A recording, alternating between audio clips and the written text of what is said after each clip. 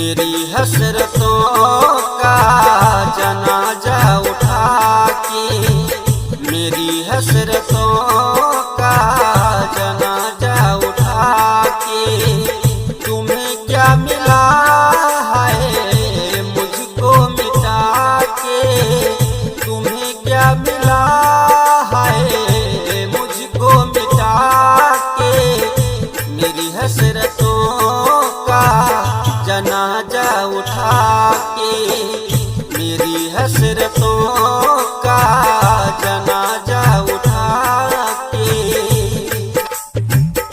साहिल से सहरा को जा रहे हैं, तुम्हें प्यार करके पछता रहे हैं।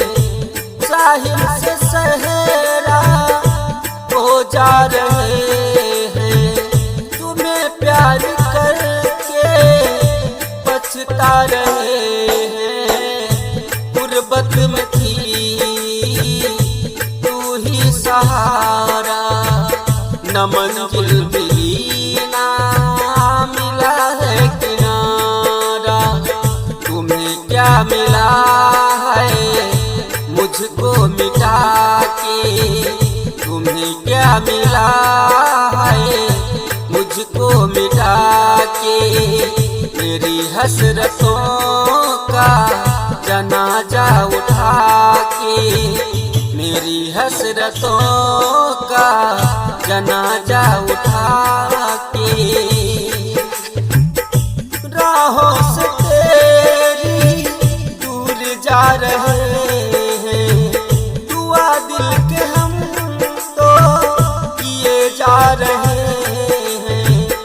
राहों से तेरी दूर जा रहे हैं, दुआ दिल के हम तो किए जा रहे हैं। खुशियाँ मुबारक तुमको ये यारा, इसे दोस्त दे तो किस्मत का सारा।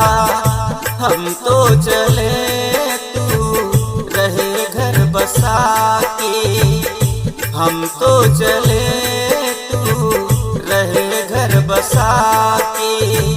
तुम्हें क्या मिला है मुझको मिटा के, मेरी हसरतों का जनाजा उठा के, मेरी हसरतों का जनाजा उठा